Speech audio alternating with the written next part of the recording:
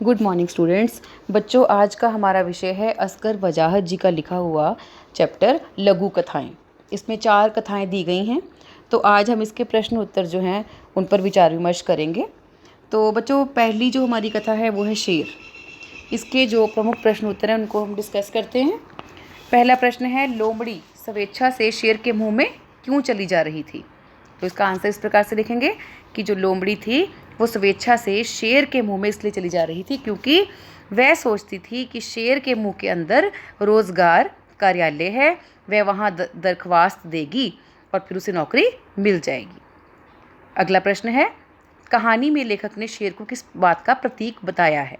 तो कहानी में लेखक ने शेर को व्यवस्था का प्रतीक बताया है। ऐसी व्यवस्था जिसके पेट में जंगल के सभी जानवर किसी न किसी लालच में समाते चले जा रहे हैं।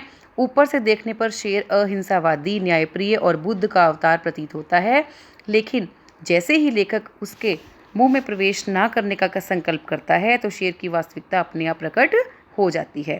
तात्पर्य ये है कि सत्ता तब तक खामोश रहती है जब तक कि उसकी आज्ञा का पालन करते रहें, और आज्ञा ना मानने पर वह अपना खूंखार रूप फिर से धारण कर लेती है।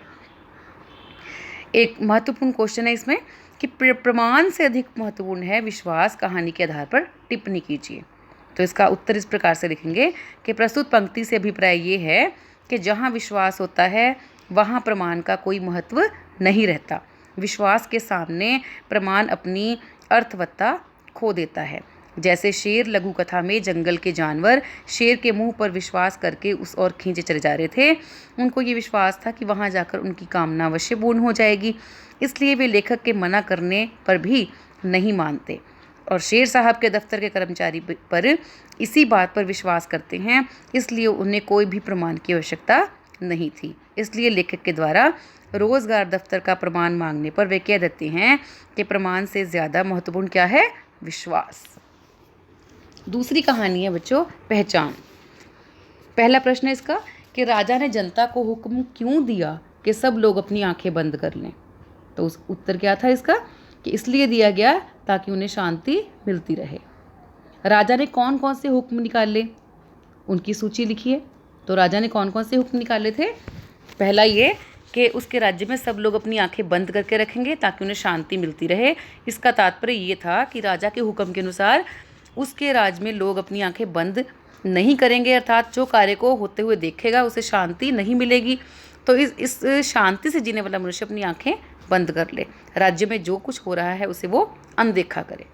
दूसरा हुक्म था कि लोग अपने अपने कानों में पिघला हुआ शीशा डलवा लें, क्योंकि सुनना जीवित रहने के लिए बिल्कुल ज़रूरी नहीं।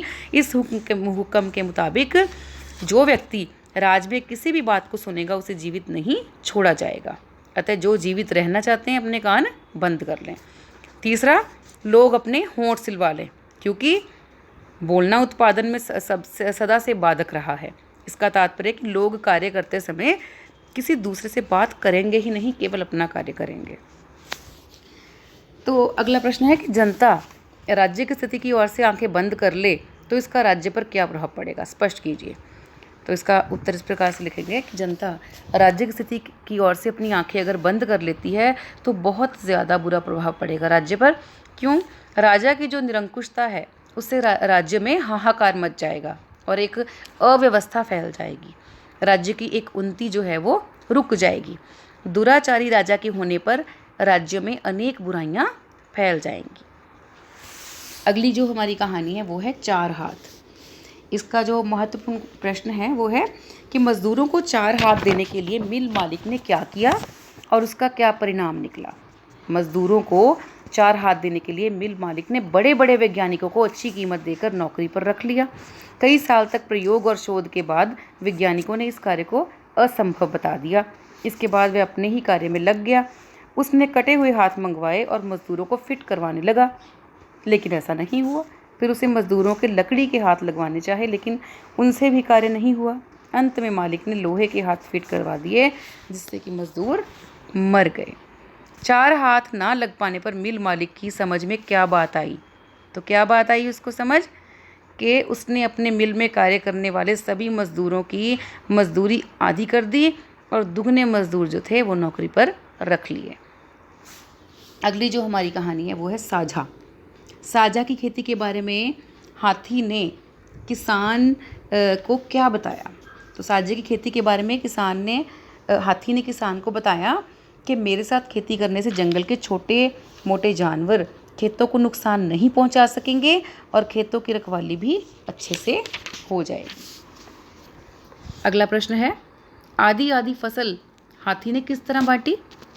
तो हाथी ने अपनी सूंड से गन्ना तोड़ लिया, उसे किसान के साथ मिलकर खाने लगा। तो गन्ने का एक छोर हाथी के मुंह में था और दूसरा किसान के मुंह में। जब गन्ने के साथ साथ किसान हाथी के मुंह की ओर खींचने लगा तो उसने गन्ना छोड़ दिया।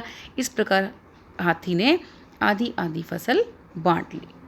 तो इस प्रकार से बच्चों ये जो चारों कहानियाँ हैं ये हमारे व्यवस्था में जो पूंजीपति वर्ग के जो लोग हैं उनकी जो मज़दूरों का शोषण करने की जो एक ज्वलंत समस्या है उसका उद्घाटन किया गया है कि इन ऐसी कहानियों में प्रगतिवादी चेतना के भी दर्शन होते हैं। और इन चारों ही लघु कथाओं में अगर देखा जाए तो पूंजी व्यवस्था में मज़दूरों के शोषण को उजागर किया गया है। साझा में पूंजीपतियों के प्रति अनेक कटु व्यंग्य किए गए हैं।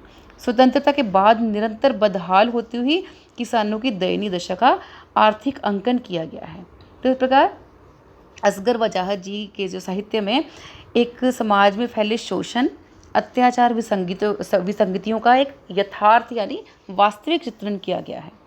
तो इस प्रकार से बच्चों हमने आज लघु कथाएं शेर, पहचान, चारा और साझा के जो प्रश्न उत्तर हैं वो आज हमने उन पर विचार विमर्श किया है। तो इन सारे प्रश्न उत्तरों को आपने अपनी कॉपीज़ के ऊपर लिखना है और अगर आपको अर्थ संबंधी कोई भी कठिनाई आती है तो आप मुझे इनबॉक्स में मैसेज कर सकते हैं, मैं आपको उसका उत्तर ज़रूर दूंगी। धन्यवाद।